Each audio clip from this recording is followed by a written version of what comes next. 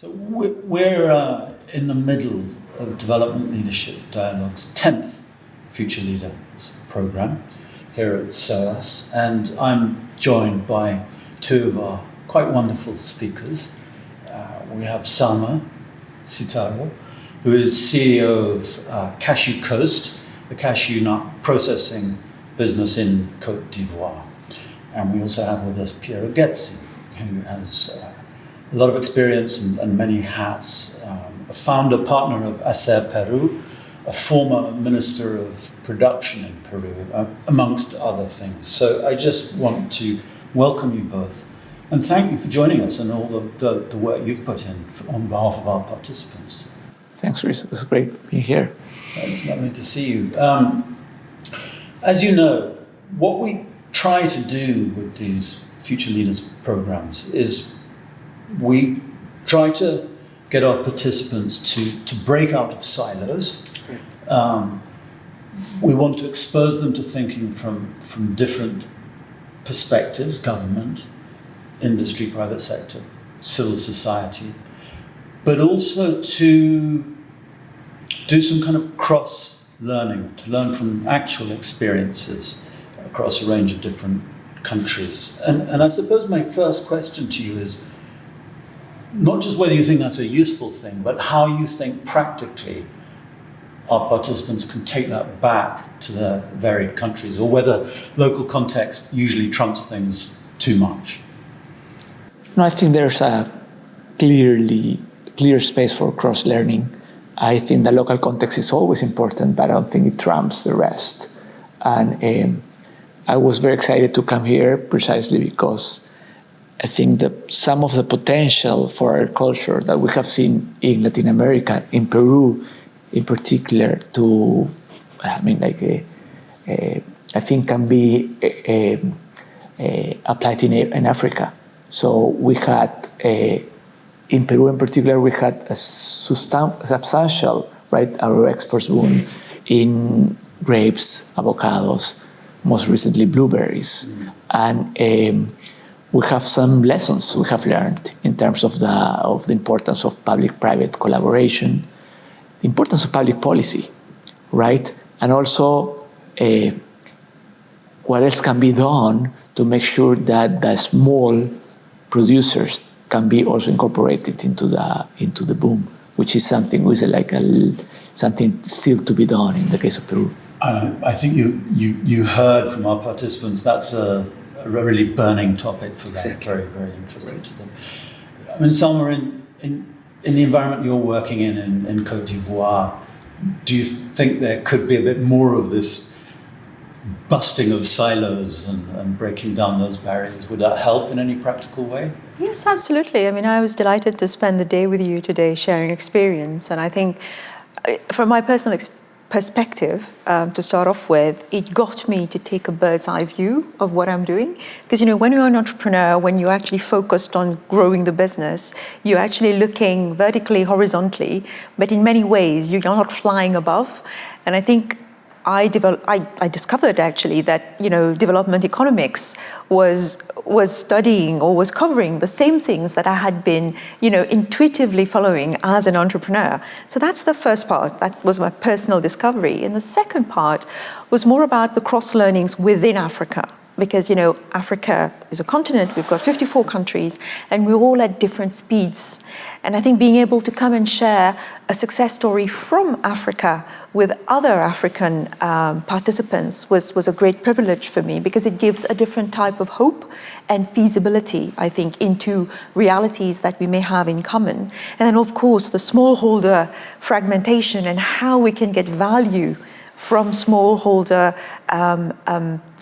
agriculture, I think is the key question that we share with Peru, we share with South Africa, and I'm going back with lots of things to think of. Oh, that's very good to hear. I mean, one of the lovely things I always find in these Future Leaders programs is when people such as yourselves, our speakers, don't just come and give your presentation and then leave, but stay around for the other sessions. And you two listening to each other across different continents and pitching in the conversation is very helpful. Salma was talking, I had a lot of questions, because it really a lot of the stuff that she says resonates a lot with me. And my observations from Peruvian small producers of Brazilian nuts, for example, really it's super interesting to see how things are not so different. And I remember earlier in lunch, I was talking to someone who said, I don't know if this is a Tanzania-specific issue, but governments are very afraid of making mistakes. I said, no, it's not just Tanzania. It's you can generalize, and you can, that principle. And I think in general, a lot of the stuff that we learn, really we can see that it applies in many different contexts, right? You have to be respectful of the context, but really there are like some high-level principles that apply almost everywhere. And kudos to the format as well. Typically if you give a speech, you don't interact and you don't immerse yourself in the same manner. And I think I've got the most out of it and given the most out of it from the format.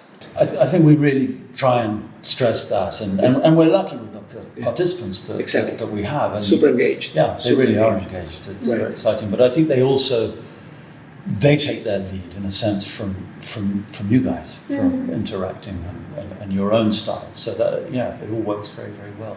So the topic that we've been trying to explore is specifically about the potential role of high value agriculture, whatever that is, to contribute to broader patterns of structural transformation. And there's a suggestion that many governments, many multilateral institutions and national development finance institutions have a tendency to underestimate that potential role. I mean, my question is, do you agree with that? And if you do, what can be done to change the way that high-value agriculture is, its image and the way people see it?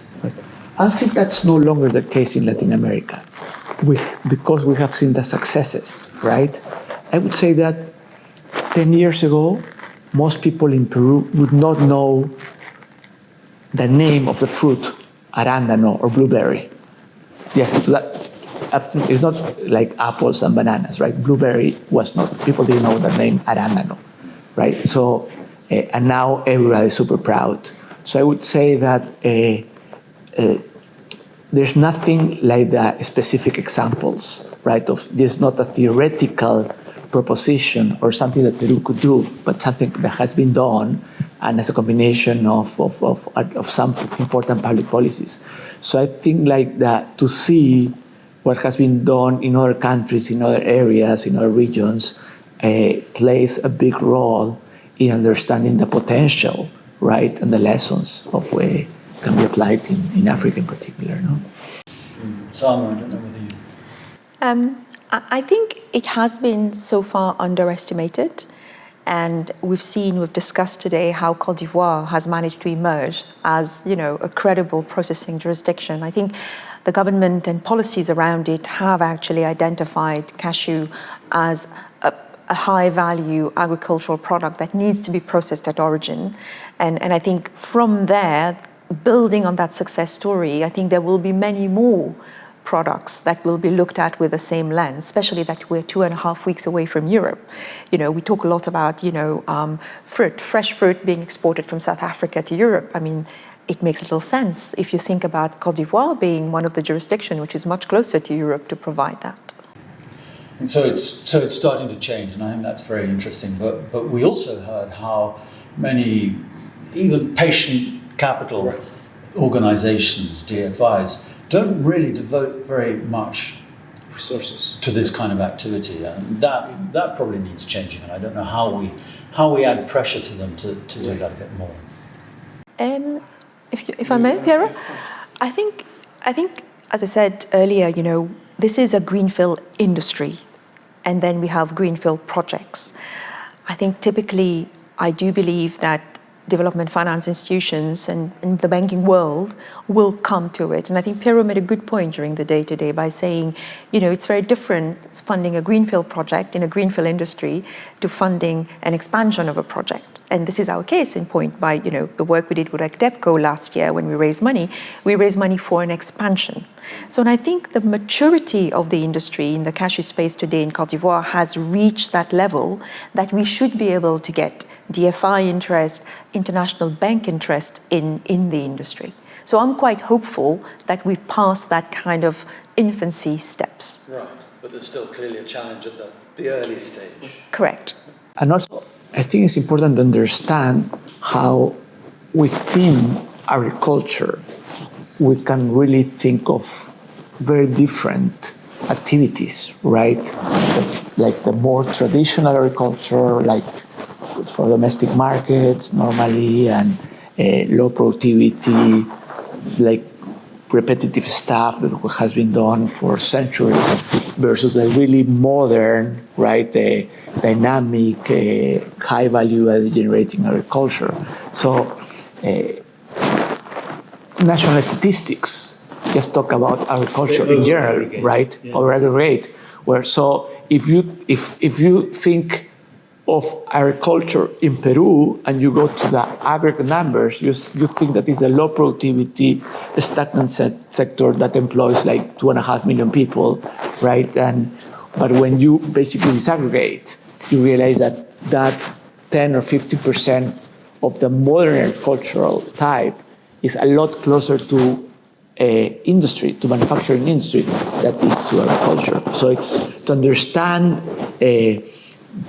that within the same concept or within the same sector, you can have basically subsistence agriculture, and some of the most productive firms in the world, right, is important to understand, to start to understand the potential for the industrial expansion. You can also have bulk commodity right. agriculture, and you can have something which has scope for product differentiation. Quality, no, exactly where is super important, and it's very different from just. There was this concept in Latin America called primary exporting, right?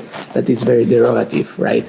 You can still export primary goods if you wish, but that are very high value added, so are not really that primary. It's really interesting you say that, Piero, because that debate, that old, very pessimistic story about primary commodity exports has come back, because there's an argument in Brazil, for example, that there's a process of re-primarization.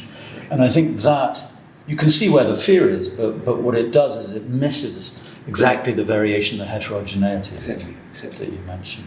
I mean, so some of this applies to exporting perishable goods, fresh goods, so on and so forth, but there's another dimension to this, which is about adding value at origin domestically, and that's something that Cashew Coast has been working on trying to do, and lots of people think it's something that should happen a great deal more across Africa, Latin America, etc.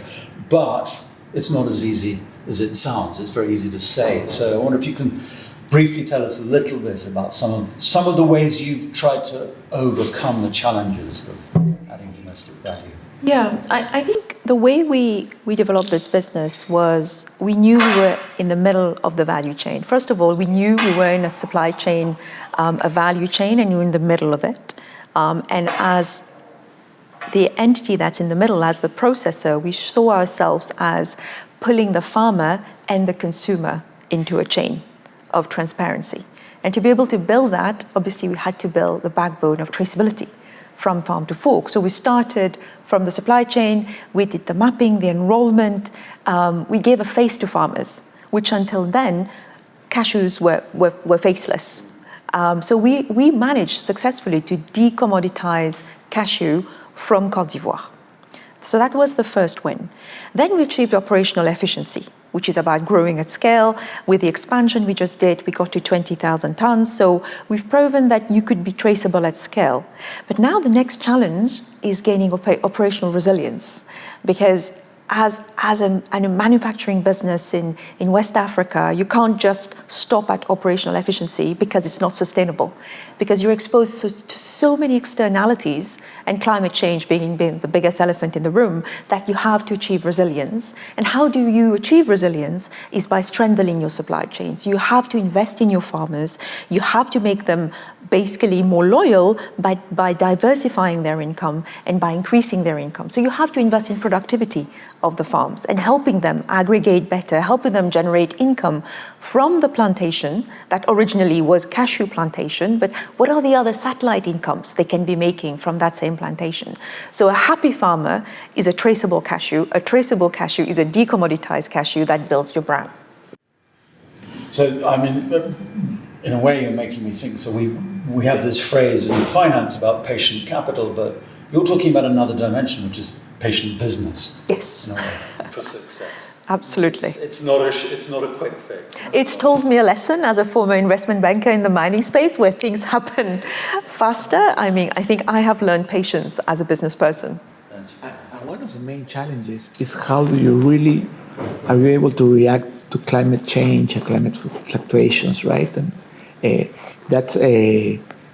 think that's almost in every variety and every crop, you are seeing these risks with events that used to take place every 10 or 15 years, now take place every 2 or 3 years, right? And that increased volatility requires better management, but also improving some of the varieties and genetics and breeding, right? That is also very important. Let's sort of build on that a little bit, because maybe until quite recently, a lot of the discourse around the kind of global difficulties of succeeding in these businesses was to do with trade barriers, non-tariff barriers, sanitary and phytosanitary things.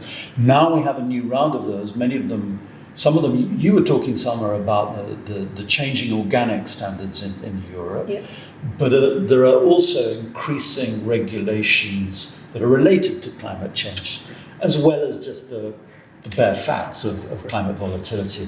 I mean, are these things making a lot of high-value agriculture less viable, or are they provoking more innovation? Or where do you see the big shift in the next few years in terms of those barriers, those hurdles? From my experience, in the case of Peru, what I have seen is that actually provoking, accelerating innovation. So how do you make blueberries that actually are more resistant and resilient to these uncertain weather patterns, right? And we have seen that a lot, because in some way, some warmer winters, for example, resulted in a lot lower production and some varieties of blueberries, for example, actually saw just a small reduction in productivity, whereas others really collapsed. And that really is accelerating. People don't want to see it again. So accelerating the renewal of fields and actually planting some of these newer varieties that have not only like a better flavor, shelf life, right, some quality characteristics, but also are a lot more resilient to climate fluctuations, right? So I think the result is accelerate. I have seen a lot of acceleration of research and yeah. Fairly optimistic story. I mean, one of the interesting things about cashew in Côte d'Ivoire is its origins. You were explaining as a tree that was planted to prevent desertification, to slow down desertification, and it wasn't really imagined as a commercial crop. And it became the crop of resilience. They planted. Pardon me? When were they planted? In the 70s.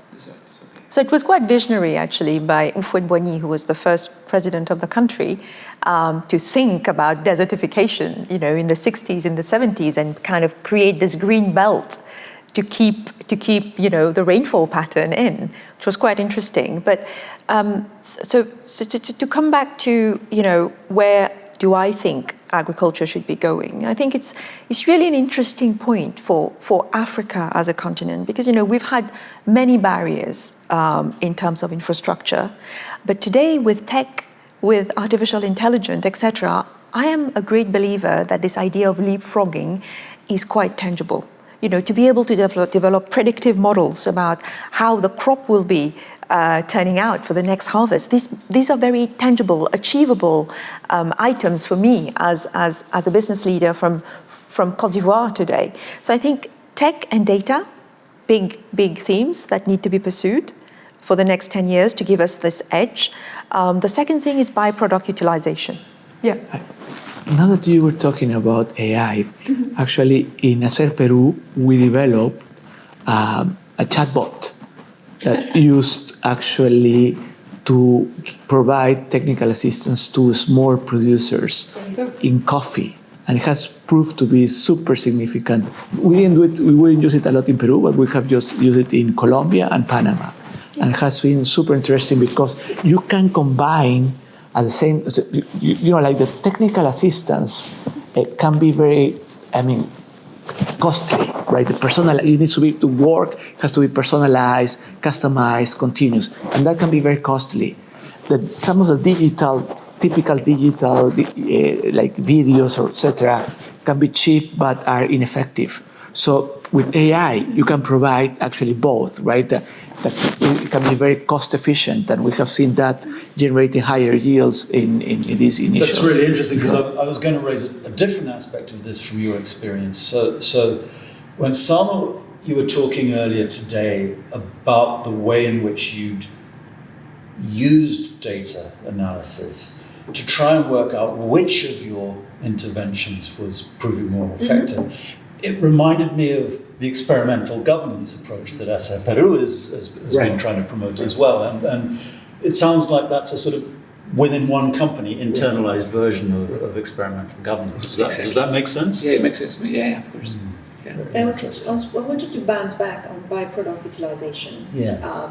Because I think that is also the future of cashew from Côte d'Ivoire, because 80% of what we process is waste, but it's actually a byproduct, which contains cashew nut shell liquid, which is going to be a critical biofuel going forward for sustainable aviation fuel. And as Côte d'Ivoire emerges as a cashew processor, it's also emerging as a CNSL jurisdiction that then becomes cardinal and goes into sustainable aviation fuel with 1.4 million tons of raw cashew nut. I mean, the hub that's currently buzzing in Côte d'Ivoire is just thrilling, because it means that we will be able to better sustain cashew businesses by developing the byproducts. Amazing. That really was eye-opening to listen to that. Both of you as individuals and with the people that you've collaborated with, you've clearly demonstrated extraordinary leadership. But when we talked the past couple of days and the next couple of days to come, what's evident is that successes in high-value agriculture, they rest on an extraordinary array of factors. There's individual leadership, there's the policy environment, there's the climate, there's the science and the innovation, there's the contingency of politics and so on. And I'm trying to think how we distill all of this, which is difficult to do without being glib. But if you think in terms of what we're trying to get our participants to think of, if you had to be forced to kind of highlight, two priority things that are most important, that can make, at least raise the chances of success, what would you say, Salma? I think it's policy. I think we've seen it at work from a credible African state that has actually implemented policies, and we've seen in 6 years that we are now processing 40% of what the country produces. I think I would really rank policy first to create the right framework to attract foreign direct investment that then creates, the thousands of jobs that cashew has the potential of creating. And then the second is leadership. I think we need more local leadership, more African leadership to be trained for the transfer of competence to happen, because then you can have sustained industry building. If you don't have the transfer of competence, then you're completely reliant. And to complement that, I'm a true believer in the public-private collaboration. So in order to design and implement policies, probably you need a very fluid conversation and cooperation between the public and the private sector.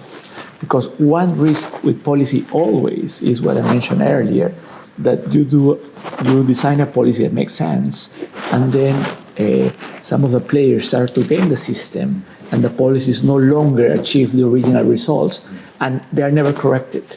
So we need to have short learning cycles of implementation, right? Because we really do not know, nobody has all the information.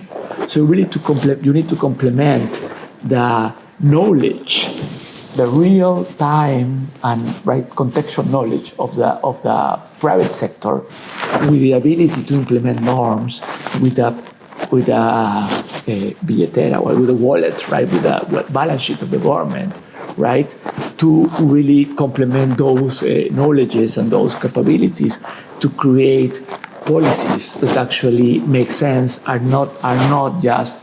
It has to be iterative. Policies, no? I think the point is it has to be iterative. That's right. And the industry players need to be consulted on a dynamic basis. Not linear. Yes. So I presume, so you in Peru, you've been a champion and a creator of these mesas ejecutivas. It's just one institutional form for that. Right. But presumably there can be a variety of forms. Right. The message at the end is just a methodology, right? A way of having a conversation, and not just a dialogue, but just a co-creation of solutions, right, by the private and within the private and the public sector, right? But there are different ways, and at the end, every country is different, every sector is different. There are sectors that are more technical, sectors that are more social or more political, right?